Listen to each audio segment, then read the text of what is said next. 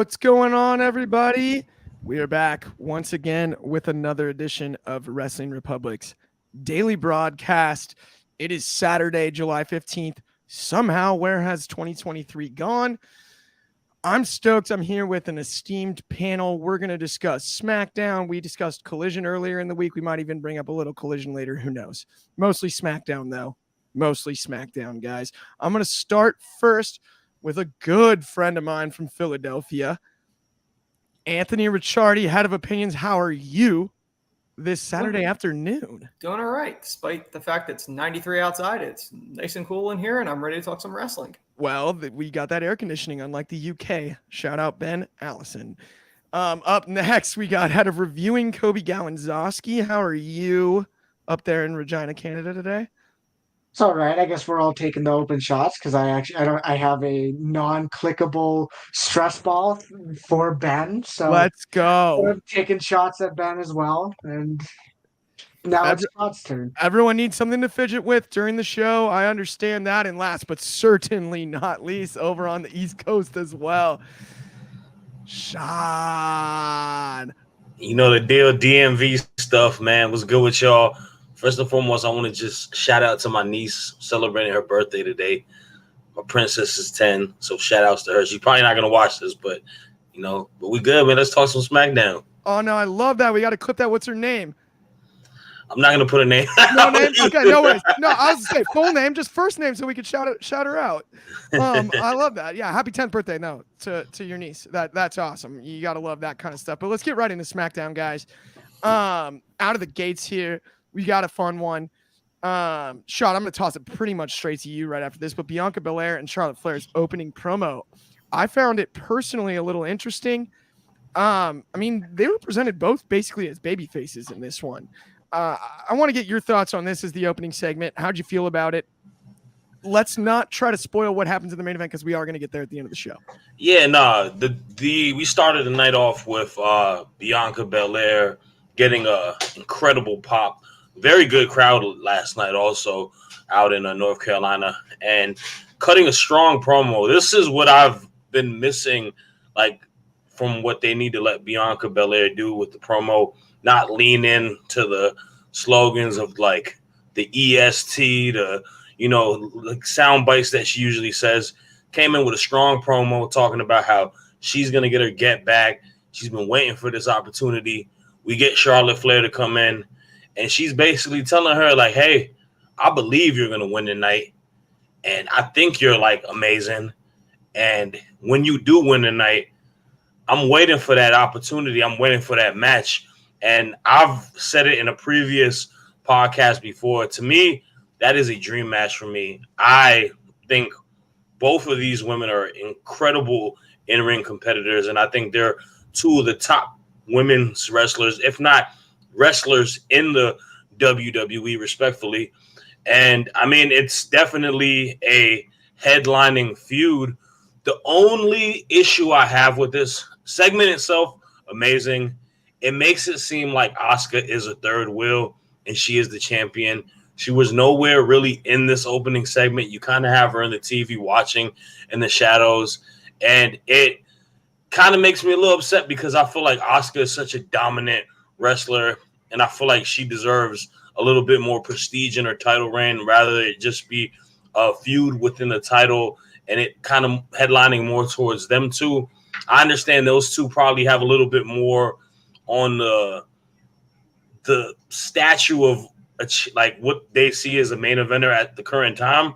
But I mean, it's still Asuka's the champ. She got the belt over her waist. So, but the first segment overall, I enjoyed it a lot. Absolutely. And I love the point you made there about it. Almost kind of felt like Charlotte was saying that she would be betting on Bianca in that match, right? Right? She put her ball definitively in that court, like, hey, I'm assuming you're going to win tonight. And I think that was, to me, the smartest part of this promo. For sure. As far as setup is concerned. Anthony, I'm going to toss it to you. How did you feel about this one? And like Shad said, it's a dream matchup, Charlotte and Bianca, right? Yeah. Is this something that you'd rather see as a singles rivalry and not necessarily involved with the title? Because we don't, in my personal opinion, see enough rivalries in the women's division that aren't around a world title. Mm-hmm. I think that's one of the things that there is a problem because there's only one women's title. There's no secondary title. A lot of times the ones that matter need to be for the women's title, or at least that's what they tend to do in wrestling in general, not just WWE. I didn't have an issue with Asuka not being out there. I got to disagree a little bit with Shad there, only because Asuka's the champ. They're chasing her. She doesn't have to prove anything. She's got the belt. She's already proven she's the champion. They got to beat her. So I didn't have an issue with her not being out there. I would not be opposed to a Bianca Charlotte feud to lead to the number one contendership, but I'm thinking they're going to probably go triple threat at this point. I'm assuming that's where it's going with this. That's just my guess. No doubt. And yeah, Coby, do you have anything to add to that one as well? Wouldn't say I have something directly to add, but I mean, it did its job. And then we talked about it yesterday. It felt like giving us a reason to care because the match, like we should have been excited about an Asuka Bianca main event or just a match in general. And this, even for the first time, not the first time viewer, but the viewer who's just tuning in, is going to at least provide you a reason to feel about the main event. So it was a successful or a good quality promo at that. I did find it interesting that they were going with the Charlotte is betting on Bianca going with the win, but obviously we'll talk about what happens later on. Absolutely, we will. With that, let's get right into the next match, which was a tag team banger, or maybe it wasn't. I don't know. We haven't heard from the entire panel yet, but we had the banger after banger crew after banger after banger crew, Sheamus and Ridge Holland against Pretty Deadly, which is an all UK matchup. That one's, that's interesting as a site based in the UK. We got to definitely bring this one up. It's important. Coby, as head of reviewing, what were your thoughts on this match? I thought there was a lot of good wrestling personally. I'm going to get my one little opinion in first, toss it straight to you. I mean, I can totally agree with that. Like, I mean, the interesting part is I kind of want to talk about the way they've changed Pretty Deadly. And we even just before they came up, they had a different theme. They had more of a rock theme. They were kind of just Pretty Deadly. Now they are very much going with, okay, now they have a female singing in the theme. They got a disco ball now. I think it's odd changes that I hope don't hinder Pretty Deadly in the long run. But at the end of the day, it was a solid match. It was enjoyable. That's what you get when you have three people and that can really wrestle. Ridge Holland is still growing as a performer. Sheamus is up there and Pretty Deadly have the experience together as just in general in the ring. I thought it was a good match. The right team won. I like that Pretty Deadly are finding almost new and unique ways or just bringing back ways and underhanded tactics to get the win over. Yes, I think that's a great point. I loved and as I'm going to send it to another old school guy like me, Anthony, with this one, I love them using the turnbuckle spot, Coby, as you brought up at the end there, right? I think it's classic. It's old school. It's a little bit like MJF using, whether it be the ring or brass knuckles or I enjoyed a little bit the loaded glove with spears, but this is one of those things where a cheat to win team that's easy to hate and makes you uncomfortable can be really effective. Do you see a bright future for Pretty Deadly with this? I do. In a lot of ways, I love pure teams. And I think Pretty Deadly, although they're unique, they're a pure team. They're like an FTR or the Dudleys. They're not a thrown together group. They are a legitimate team. So I think them getting pushed on the main roster, whether it leads to a tag title reign at some point, they are the obnoxious heels that you love to hate. Doing stuff like taking the turnbuckle pad off, like that's typical heel action. And I love that because it's pure, it's simple.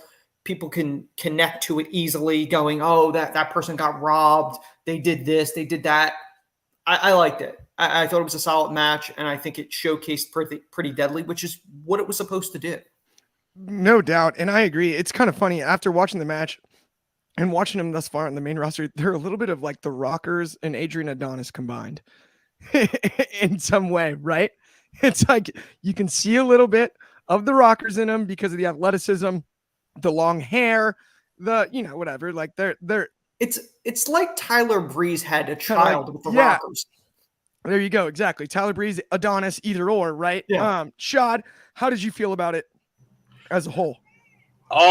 So I agree with both of your guys' points. I am one that is really keen on organic tag teams and that have the aesthetic of a tag team. I'm a fan of them. I think Pretty Deadly was the right team to win. I think being heels, they're able to kind of get wins and heelish tactics, and it still kind of protects your babyface in the way. And I mean, I know the Brawling Brutes are a team, but Ridge and Sheamus are not technically the tag team. It's really Ridge and Butch, so they can afford to take the loss, and it adds more wins to their docket. I think they've done a pretty good job with them. For their theme song, I'll be honest with you, I actually do like their new theme song that they have. It has very much ABBA vibes to it, with the female singer on it. Their aesthetic is really, really funny, but it works so well, man. I love character work like this. They give me like that kind of feel of a team that you would see in like the Ruthless Aggression era, like the Attitude era, just like a funny tag team that'll find, their way on television, and you can implement them in whatever segments and whatnot. But I mean, yeah, they get another win, keep building them up.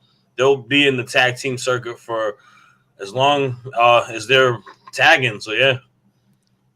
I agree. The ABBA call is a great shout. That is great, and it fits their aesthetic so well. And I mean, even I tweeted that yesterday. I was like, man, this is giving me Dancing Queen. Like, yeah, that's right. that's perfect. And the long sleeves. Even last night, I was watching with my dad, and he was like, and I thought he was going to criticize them.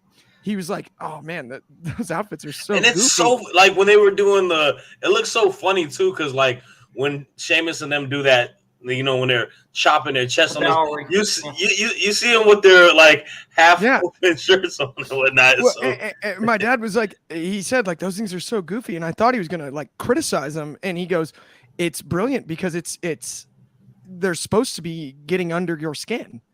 Yep, they stand apart. He's like, they're awesome, and they really do. I've gained an even greater respect for them since they've been on the main roster, and I love the new theme song myself too. I agree with that one for sure.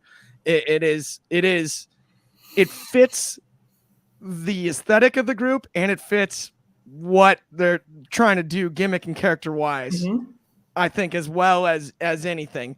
With that though, let's move on to a huge matchup in my eyes in the women's division, because I think we're talking about two of the most overlooked women on WWE's roster. Zelina Vega, her moment was not just in Puerto Rico. That's bogus. I'm not cool with that. That's not the case. She's been incredible since she returned, and before she returned to the WWE, whether it be on the mic or in the ring. She has not put me in a spot where I've ever doubted her abilities. She's as talented as anyone. And then we put her up against who I believe is the most versatile women's wrestler on the planet right now, Bayley. Bayley could play any character. She can make you believe whatever. She could work with anyone in the ring, and she's outstanding. This match, I wish, was a bigger deal than it was. And we gotta write this. We need storylines that aren't just based around a world title in the women's division. I mentioned it earlier in the show. We need two strong women like Zelina Vega and Bayley to be able to have a singles rivalry that we want to see paid off, whether it be at a pay-per-view or the main event of a SmackDown. That's what we need to work towards. That's my personal opinion. With that, though, I'm going to toss it to you, Anthony, first. What were your thoughts on this one last night, and what are your thoughts on the future for both of these awesome women in the WWE Women's Division?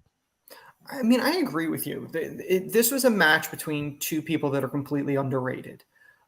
Bailey, you know, she was part of the NXT Horsewomen, and in a lot of ways, she got overshadowed by the others, especially once Becky found the man character. It really, Bailey went from maybe number 3 to number 4 out of that group. Damage Control really has not benefited her. As we've talked about multiple times, it's a group that no one's ever explained why they're together. Selena is somebody that is incredibly underrated in the sense that a lot of people, a lot of fans, when she was booked for the match at Backlash, went, oh, that's only because it's in Puerto Rico. She stepped up and proved that she deserved that shot, and she deserves a reign as women's champion. She's the first and only Queen of the Ring winner, but that did nothing for her. I think the LWO run has really elevated her to be relevant in a lot of fans' minds of going, no, she could eventually be a women's champion. I think the match was solid. The only thing, and I don't know if this was a botch or not, there was a moment where the ref was distracted.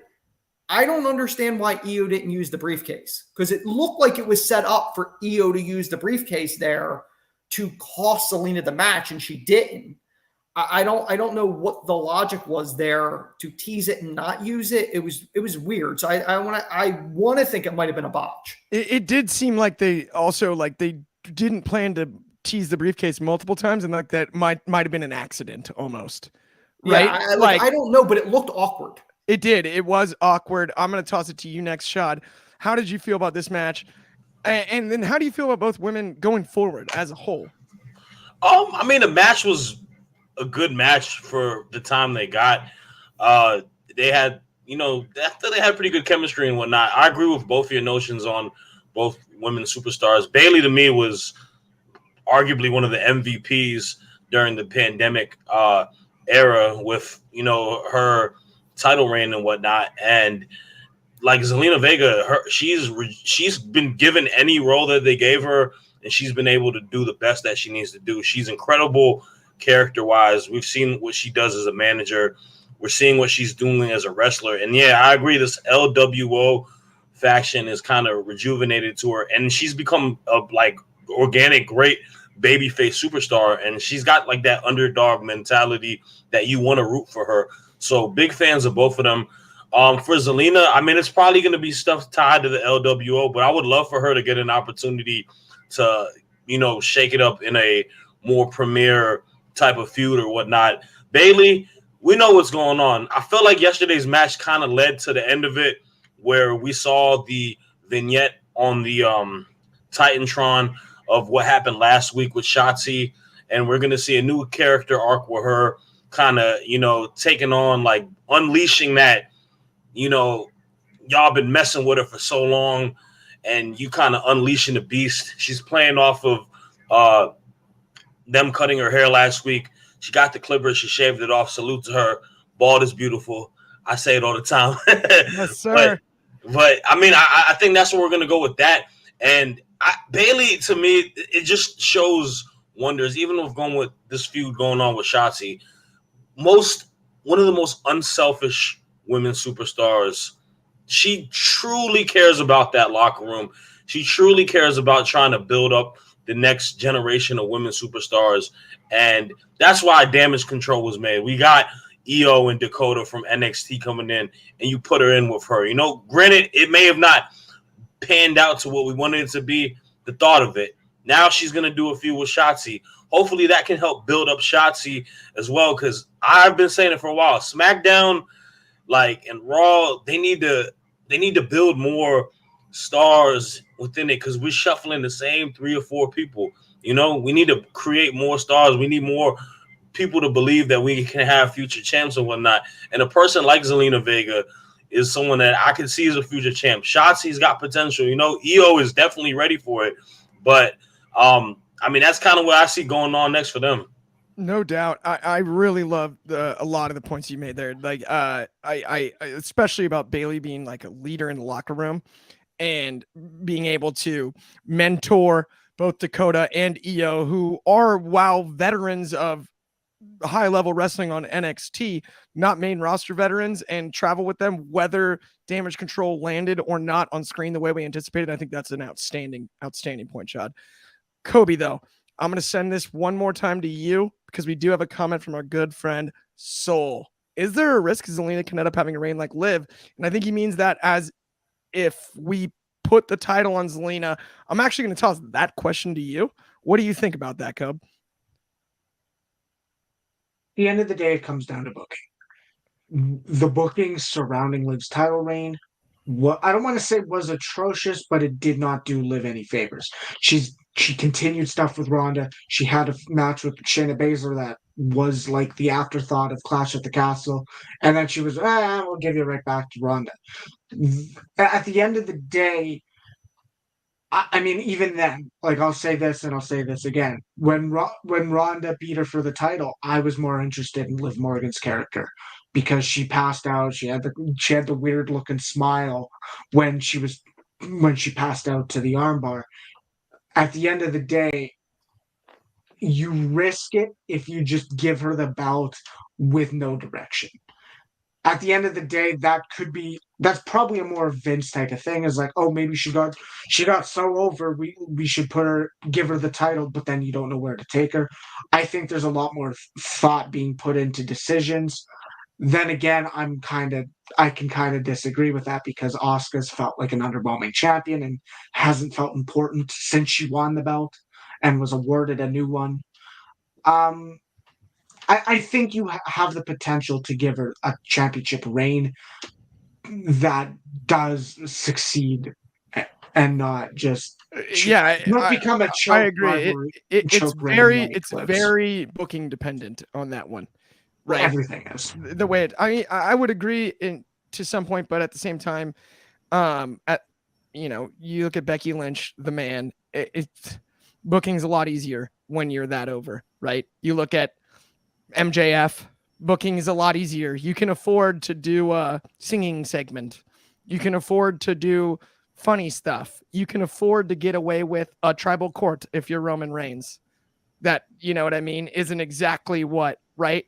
And I think until you're all the way there, it's always a risk in booking. Is not that booking is unimportant. I'm not trying to argue that in the least, Coby, right? You're absolutely correct. But there is a luxury when you get to a certain level. When and it you comes get to over booking to a certain point, you kind of get a lot more leeway than you do if you're building up. Like an MJF's going to get more leeway from the fans as opposed to, I don't know, somebody else. Austin Theory. Yes, exactly. There you go. The other thing that came to mind when you said it was MJF, and I'm like, I totally lost my train of thought. No worries. All good. Becky. Okay, so Becky, Becky had her rise at WrestleMania 35. Yeah, trains her back on the track. She had her meteoric rise at WrestleMania 35, and then they had nothing to do with her title.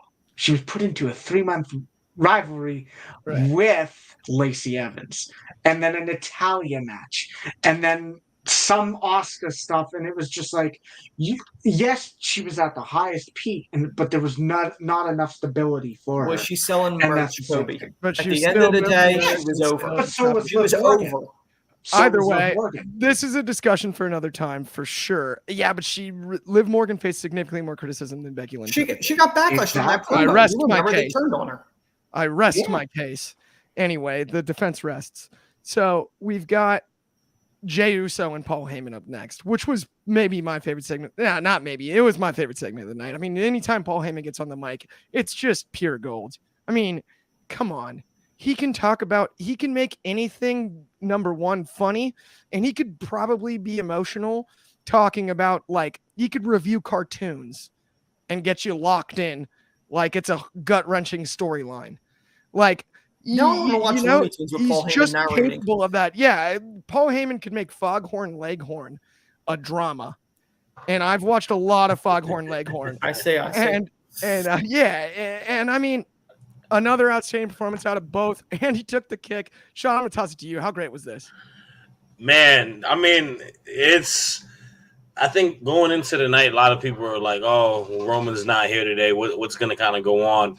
and it was kind of leaning heavy towards what Jey Uso can do, and it's main event Jey Uso for a reason, man. He was very fiery yesterday. He was just in his like bag, like he was just ready for all. But like I think last week you mentioned you weren't as much of a fan of the segment, and a lot of it was because Paul Heyman really wasn't on the mic and then talk a lot. I love the interaction that they let kind of Paul lead this entire segment with what he was saying to Jey, kind of pinning stuff on him, setting up for something next week. And we got to see Solo talk to him, and we got that little brother, big brother interaction where little brother is like stepping up to big bro, and big bro is just kind of like, nah, like I don't care how big you are. You might be little big bro, but I'm still your older brother, and you can't mess with me. I love the fact that Jey just kind of snapped, and he was able to, start attacking him. And then the super kick to Heyman was the highlight of the entire night, man. Salute to Paul Heyman. Like, he took that super kick like a champ. He took it like it was great, man. I mean, I feel like it's a repeating record for me. I always tend to feel like this Bloodline segment is always probably one of the highest marks of the entire show. Yesterday, it wasn't the entire show like it was last week. It was just one segment, but I feel like it did a lot and it progressed stuff for the continuation of this storyline. I totally agree. And I love, like I did say last week on the show, why wasn't Heyman on the mic during Tribal Court? Like, that just seemed like a missed opportunity. That was my only complaint, right? Now, you hand him the mic. This week he runs this segment, and it was clean as could be. He sells the super kick perfectly, and he told a story in 5 minutes. Right? Like, yeah, I mean, blame it saying that this is your fault. Like, it's world class. It's definitely, man. It's like Paul Heyman is a legend for stuff like this, man. This guy is like unmatched the way he can do on the mic. It's difficult to quantify too, because he's been doing it for so long. It's funny. There were times, I think, when he first came into WWE where his more aggressive style, he was ahead of his time. Like, first on commentary, I actually complained about Heyman when they first brought him over and put him on commentary as opposed to Jim Ross. He was just more aggressive and louder, and you know what I mean? He replaced King. Yeah, it wasn't King the same. I'm sorry, King, not Jim Ross. That's my fault. Yeah, Jerry King Lawler. But then, then he manages Brock, Big Show, CM Punk. Along the way, he's almost like a wine, where it's like he's got all this knowledge and experience over all these years, and he's done the best job of almost anyone I've ever seen in professional wrestling of throwing out what doesn't work and keeping what does and refining his craft. When it comes to on the microphone, he can turn anything into whatever. He's got the crowd in the palm of his hand, and it's impressive.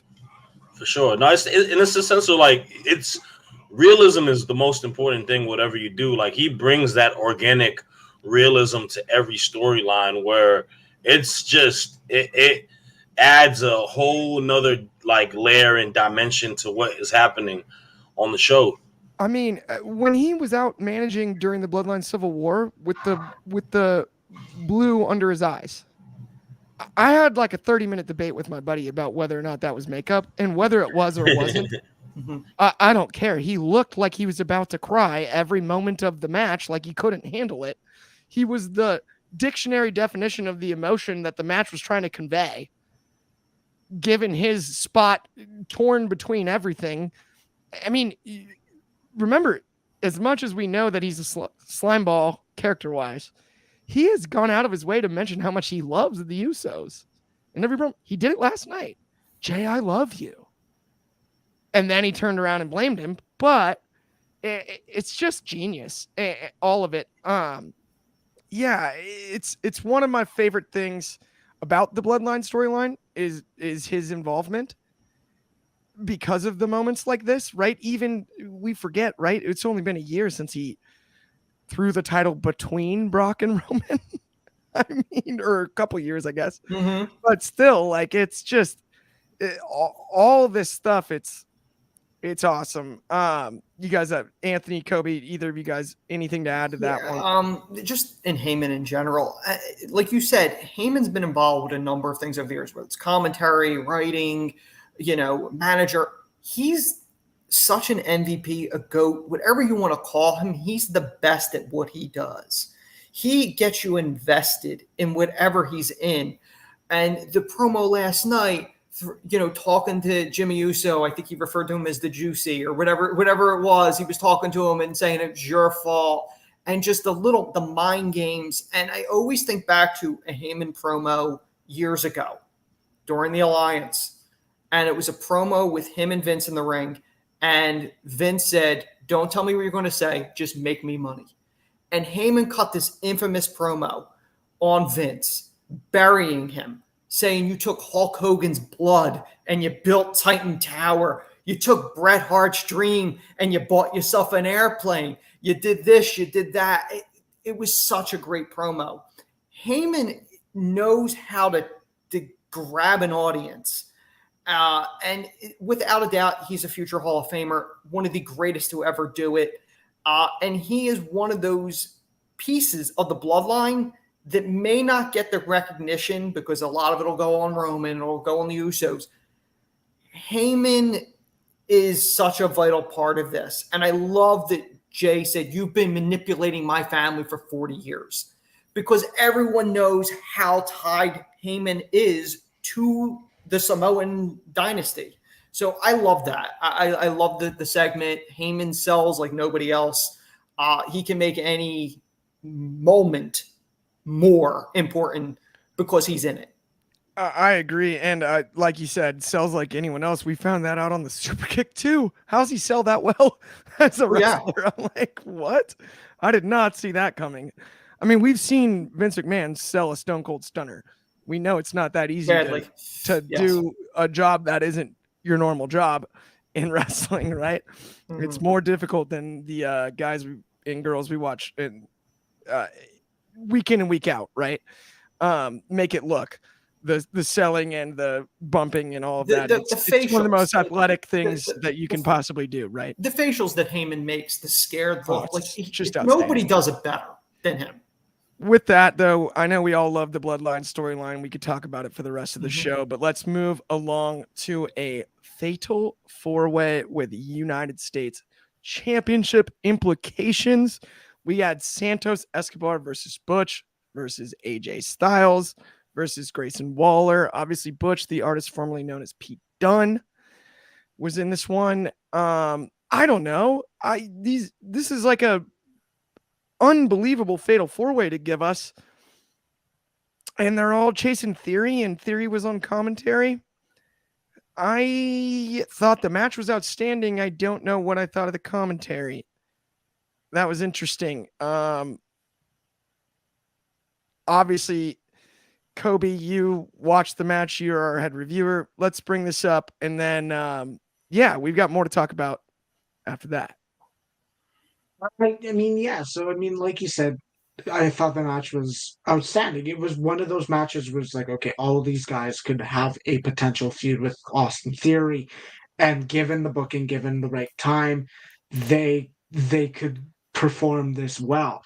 At the end of the day, there were a few spots that looked a little clunky, but there were also a lot of really good spots. Santos doing the Hurricane Rana and AJ catching him for a pin.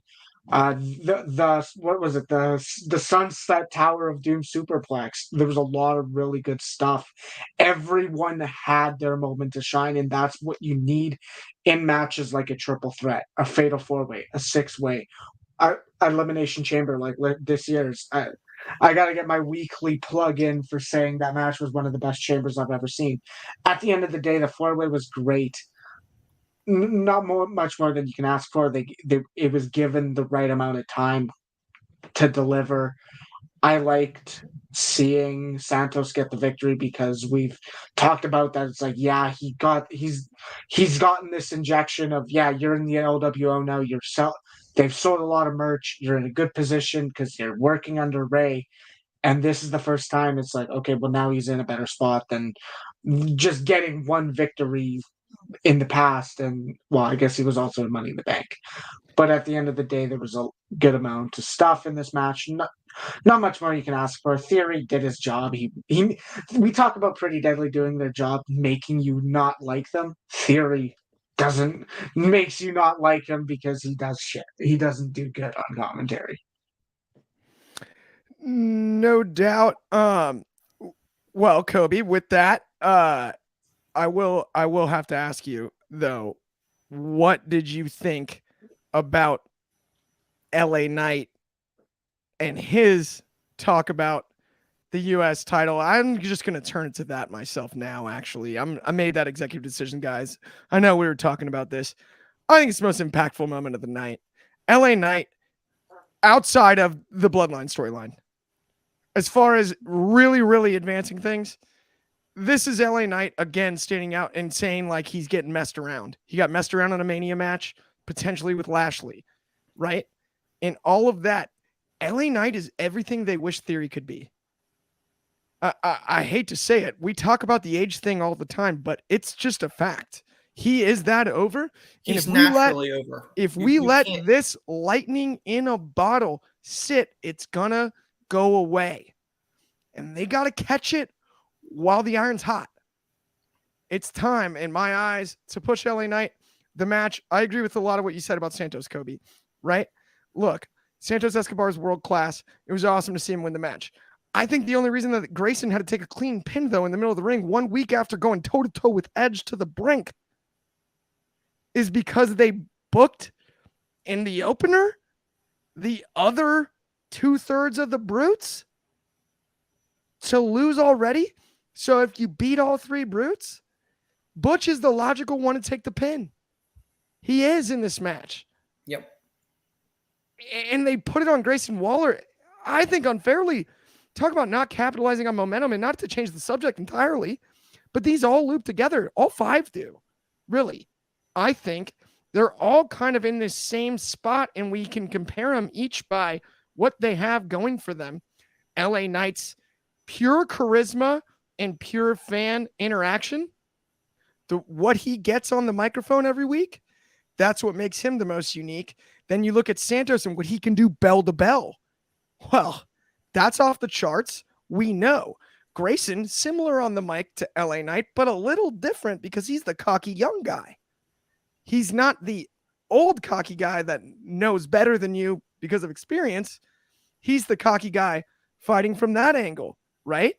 And then you have AJ Styles, we all know, a complete legend, somehow stuck in the United States title picture. And you've got Austin Theory, who's very similar to both Grayson Waller and LA Knight in presentation and in character.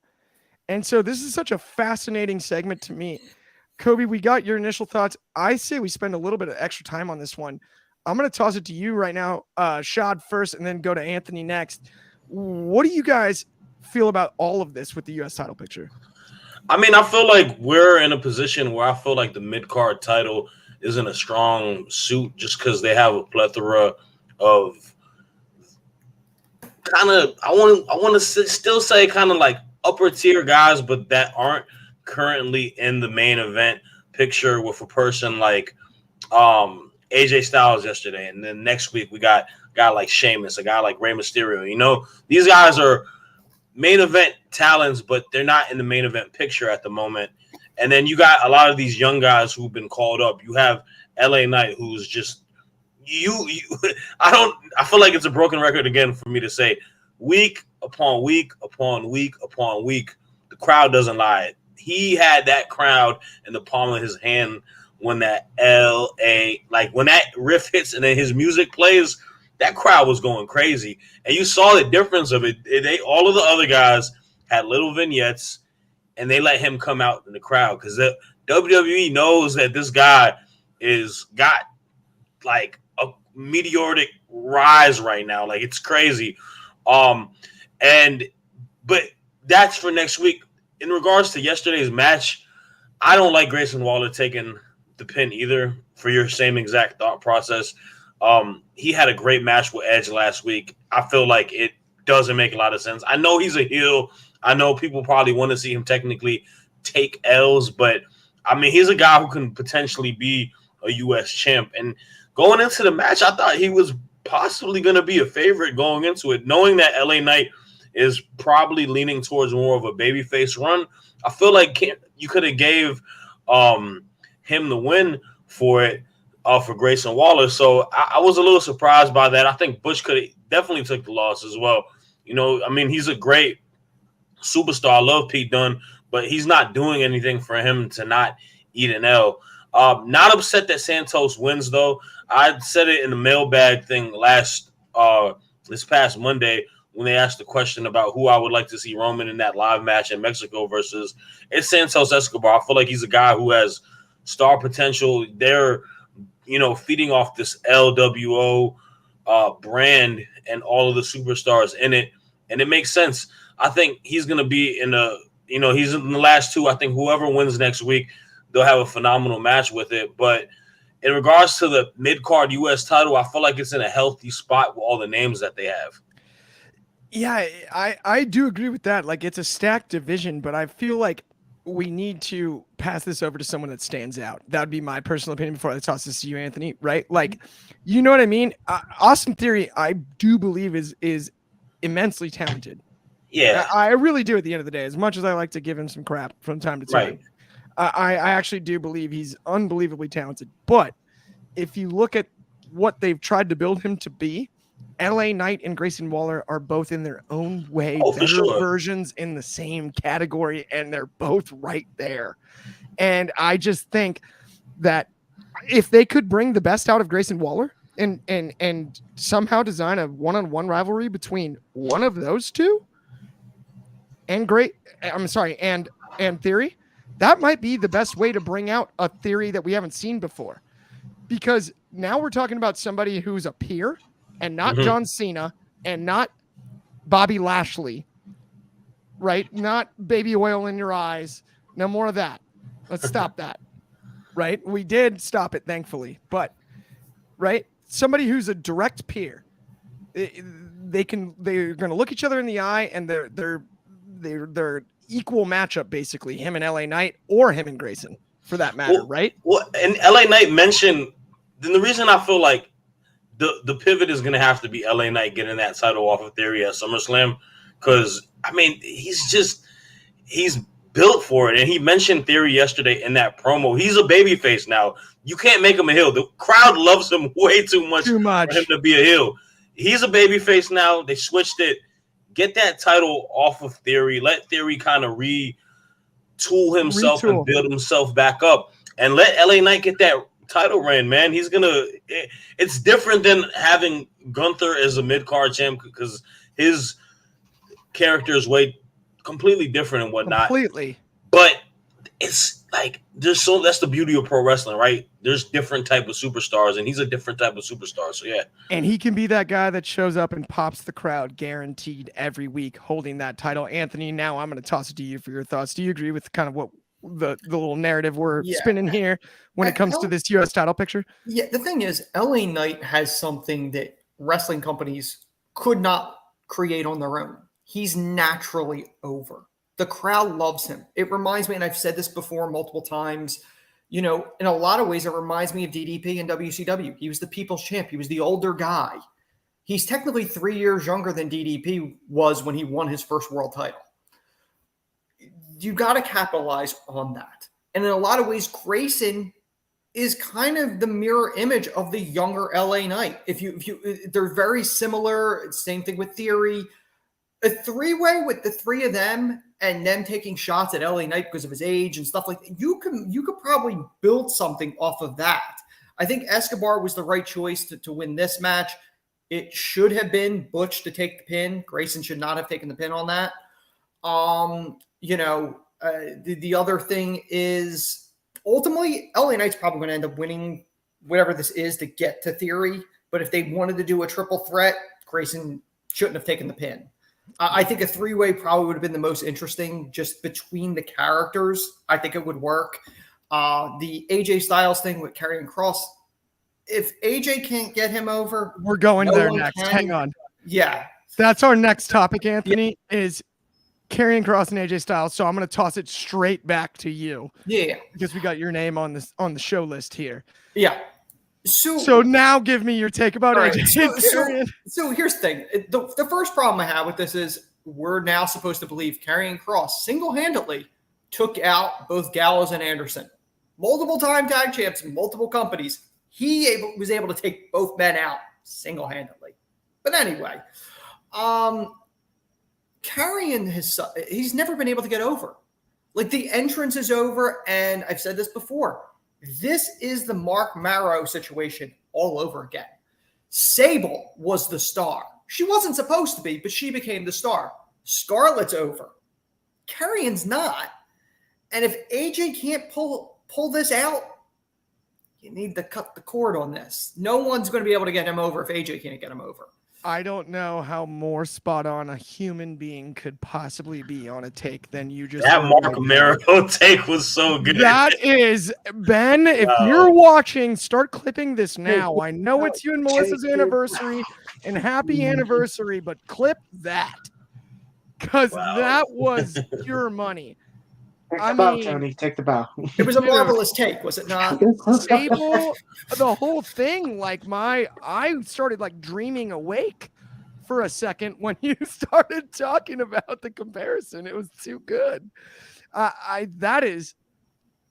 Does anyone have a shot, or Coby? You guys got?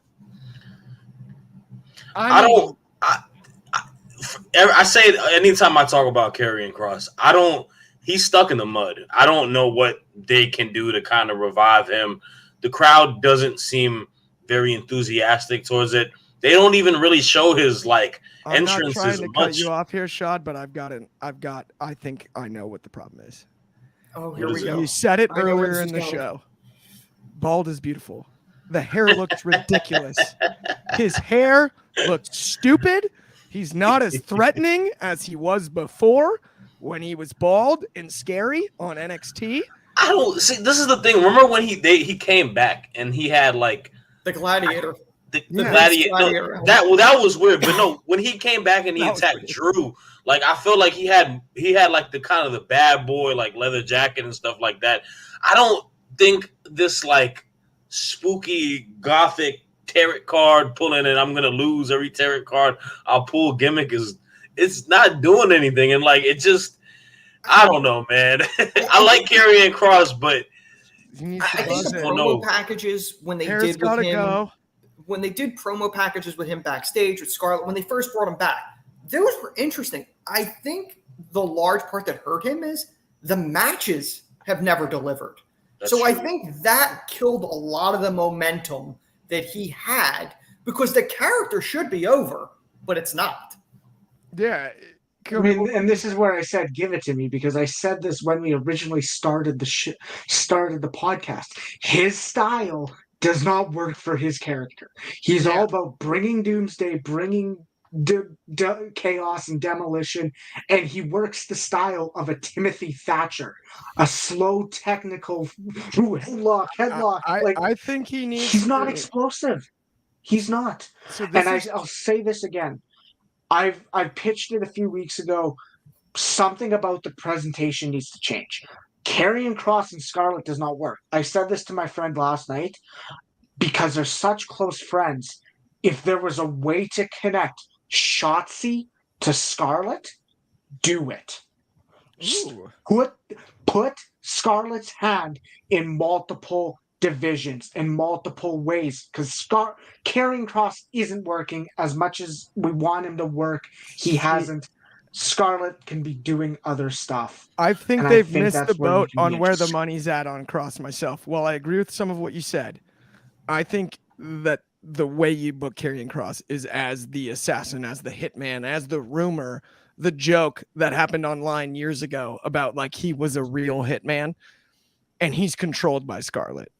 When she tells you the time's running out, he's going to attack. He's going to choke you, and he's going to methodically beat you up. Technically. That's how he's going to break you down limb by limb, suplex by suplex, arm lock and headlock by arm lock and headlock, until you're either out of air or it's over, right? He's the one that solves her problems, not necessarily solves her problems, but she's the one that has the issues with people. He's just cold-blooded. He just follows what she says. What Scarlett says is what the deal is. I want you to take him down. Done. Right? And he's that type of contract killer, cold blood. If you yes. Contract killer type cold blood. Right? Almost what initially the Stone Cold character was supposed to be. Remember, Stone Cold Steve Austin got the Stone Cold nickname from a serial killer that was calculated and did not speak. Mm-hmm. He turned into the Texas Redneck. He turned into Steve Austin. Mm-hmm. Turned up to $1 billion. Yeah, but there was nothing Stone Cold about what and about the beer drinking and about the giving the finger to your boss and all of that. That wasn't what Stone Cold was meant to be. Stone Cold was meant to be a calculated killer. That's where the money's at with Karrion Kross, in my eyes, at least. With that though, let's talk about a tag team that I love. Maybe my favorite, the Street Profits.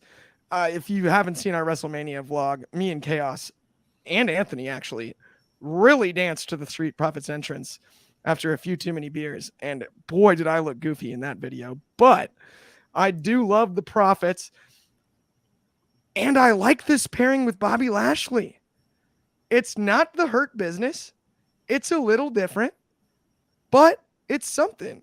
Shad, do you dig maybe the Street Profits and Bobby having a little alliance? Yes, I absolutely am excited for this. This was like, you could ask my girl, like when that happened, I was like, what? Like my face just lit up, man. Like I'm so excited to see where this direction goes, because I feel like I love the Street Profits as a tag team, and I think they're a fun character group. I think Bobby can add a different element to more of a serious look to him, a more serious composure, because I'm waiting to see that for both of them, for Montez and Angelo Dawkins. And I think, both of those guys, or all three of those guys, are not doing a whole lot. It adds a new element to it. One of the biggest fumbles in my mind was the Hurt Business breaking up. I feel like it detrimented a lot of people, especially Shelton Benjamin and Cedric, who are super talented.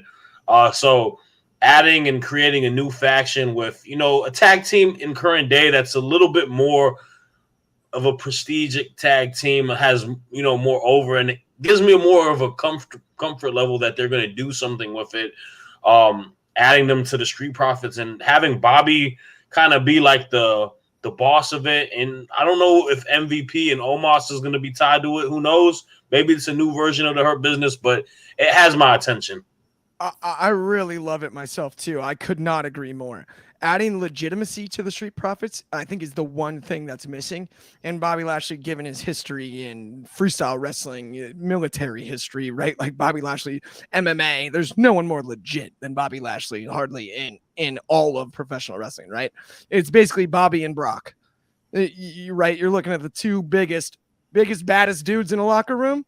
It's Bobby and Brock.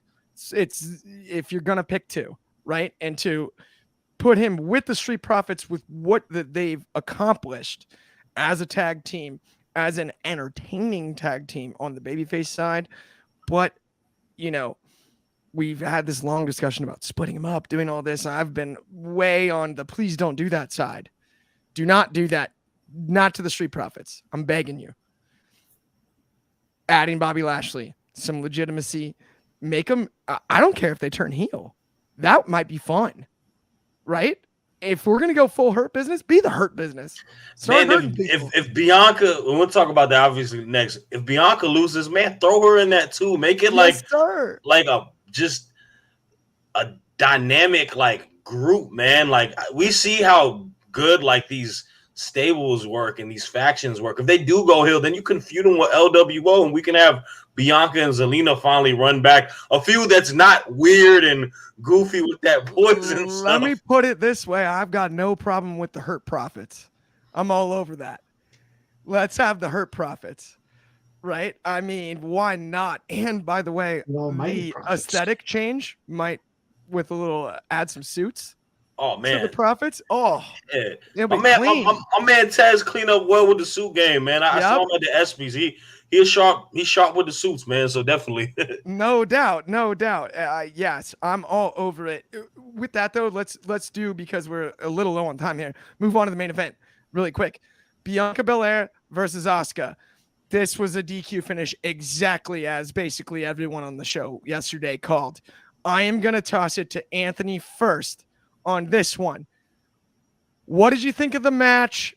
What do you think about the future of this no longer SmackDown Women's title? Is it technically the WWE Women's title now? Yeah. I gotta be honest. I didn't like the ticket spot with them getting ticket. I mean, they were in the arena. Like, those things make sense if they're like, oh, they're barred or whatever.